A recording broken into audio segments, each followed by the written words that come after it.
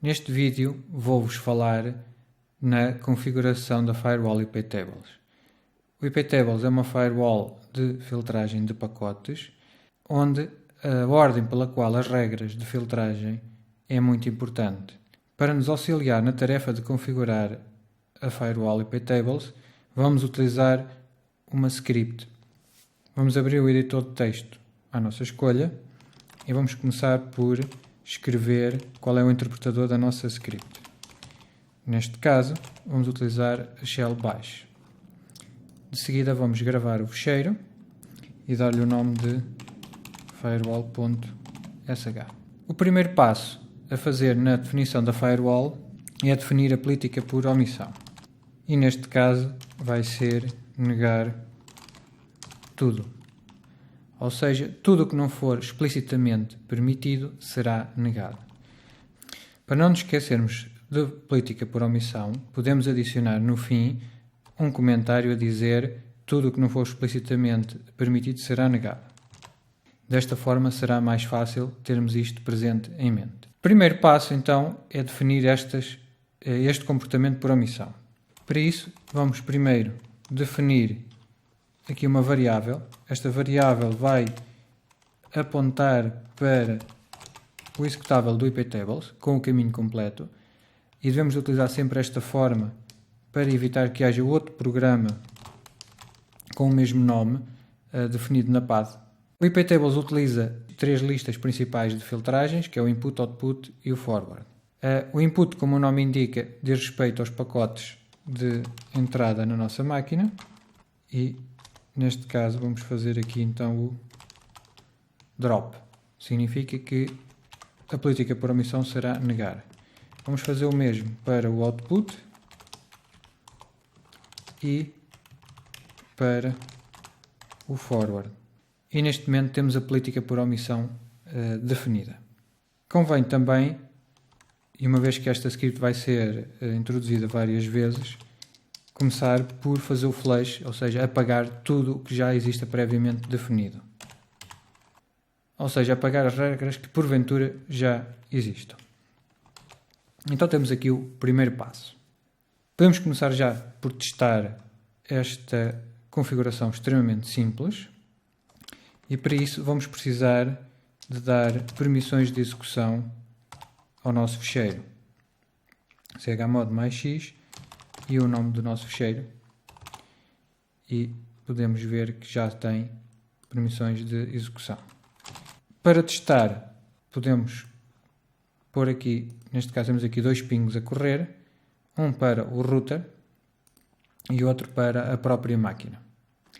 Ora, o iptables requer permissões de administração, daí ser necessário fazer o sudo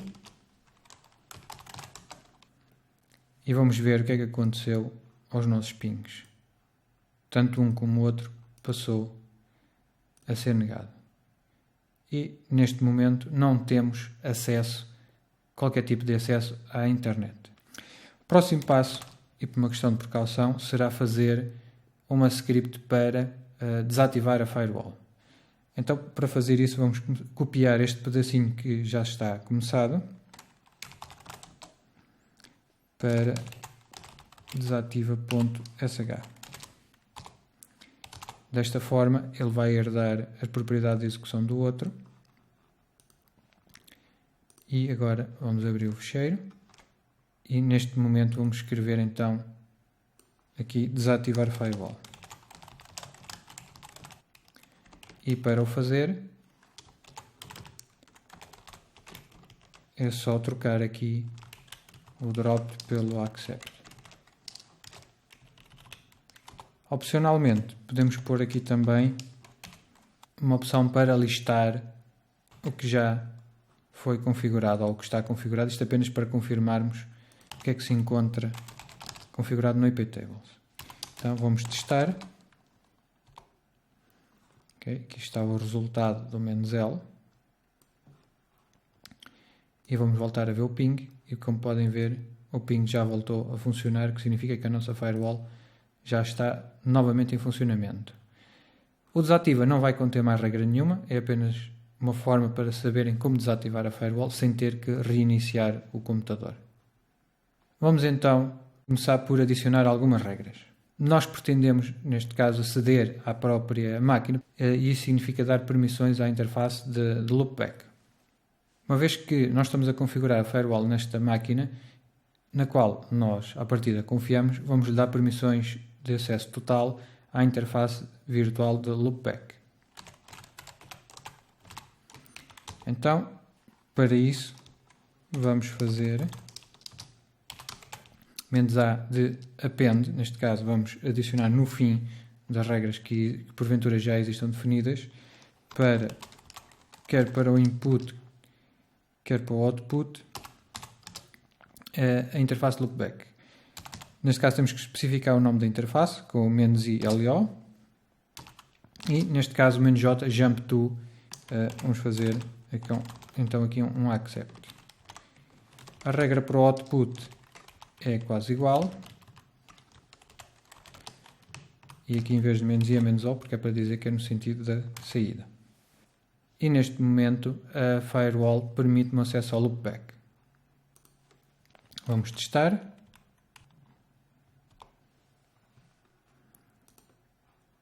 E podemos ver aqui que o 127.0.0.1 é permitido e para o nosso router continua a ser negado.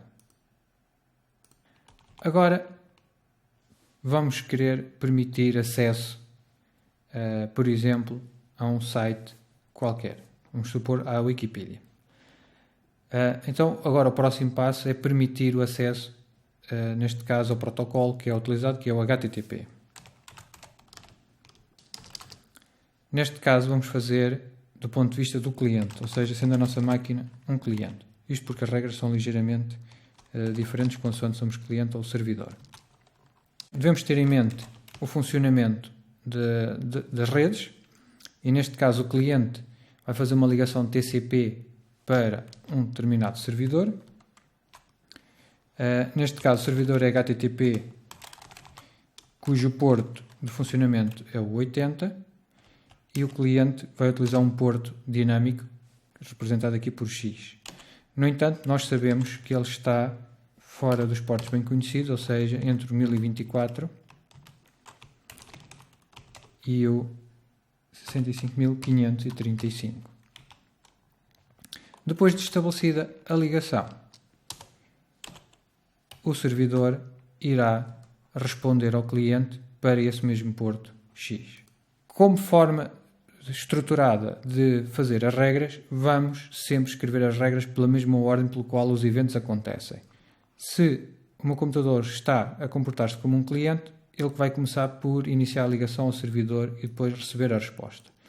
Então vamos fazer o seguinte, começar por escrever a regra do evento que acontece em primeiro lugar, que neste caso é a saída.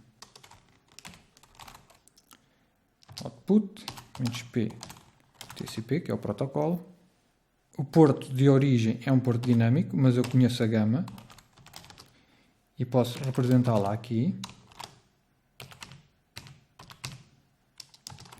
O porto de destino é o 80, está bem definido. E se estas condições se verificarem, independentemente do endereço, eu vou querer que a ligação seja aceita.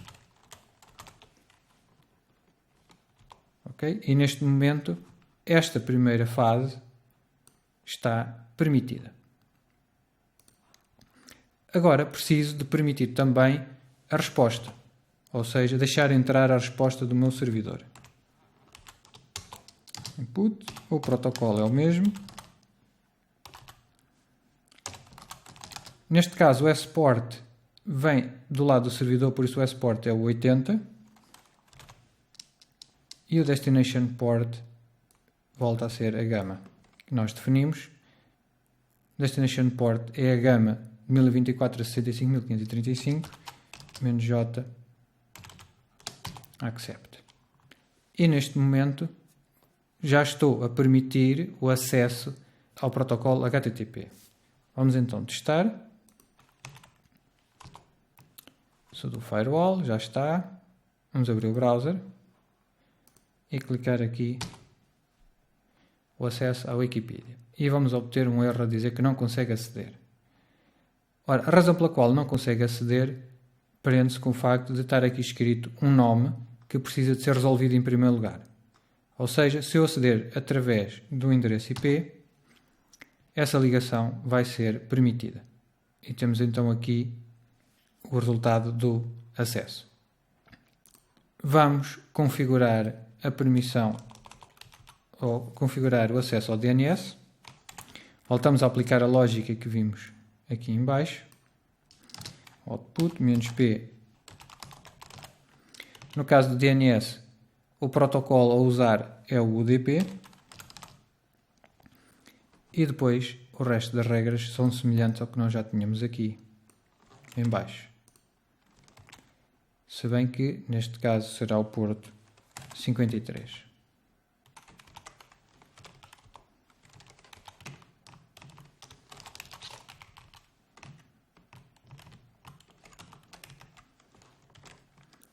Ora, voltamos a ter então aqui source port será o 53, destination port dinâmico dentro daquela gama.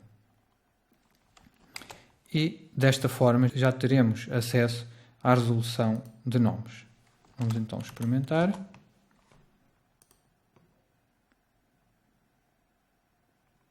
E podemos verificar que a página já foi carregada. O que significa que neste momento já consigo fazer a resolução de nomes e aceder ao HTTP. Chama a vossa atenção que, no caso de utilizarem o Google, é provável que ele não vá conseguir aceder, porque o Google utiliza o HTTPS, ou seja, redireciona todos os pedidos para HTTPS. Como esse não está permitido ainda, vocês não vão conseguir aceder. Então, deixo-lhe aqui um desafio, que é fazer a configuração HTTPS como cliente.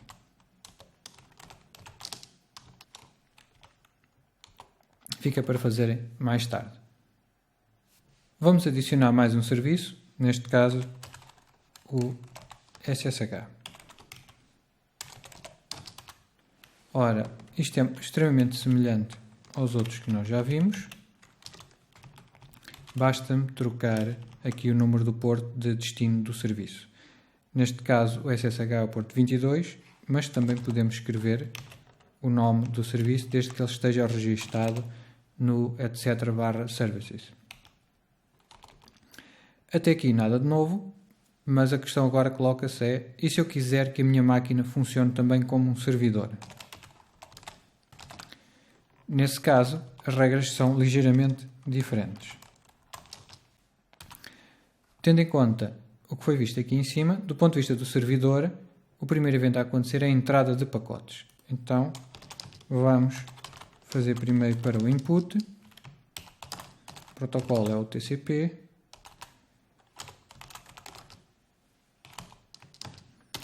O porto de destino é o SSH. E, neste caso, queremos fazer um accept. Depois o servidor vai ter que deixar sair. Vamos ter o output. O porto de origem do pacote é o SSH e o de destino é a gama de portos dinâmicos possíveis. Vamos então testar isto. Temos aqui ligados a uma máquina remota. E vamos então tentar ligar ao IP da nossa máquina para ver se é possível ou não. Cá está, consegui ligar de uma máquina remota à minha própria máquina, através de SSH. Vamos agora supor que pretendo negar o acesso de uma determinada rede.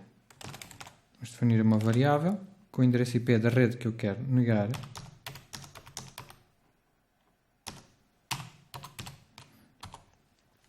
E vamos aqui acrescentar a regra, neste caso, conjunto de regras que nós pretendemos prever. Neste caso já não será accept, mas um drop. E o porto de origem pode ser qualquer um, por isso vamos aqui omitir, que é para evitar situações de alguém utilizar um porto abaixo para tentar aceder ao meu servidor. No caso de entrada dos pacotes no servidor, se a origem dos pacotes, -source address, for a rede definida na variável, e no caso da resposta do destination address, para fazer o drop. Vamos então testar. Vamos aceder à nossa própria máquina. E neste caso deve ser possível fazer a ligação. Cá está. E agora, a partir do servidor, vamos tentar aceder à nossa máquina.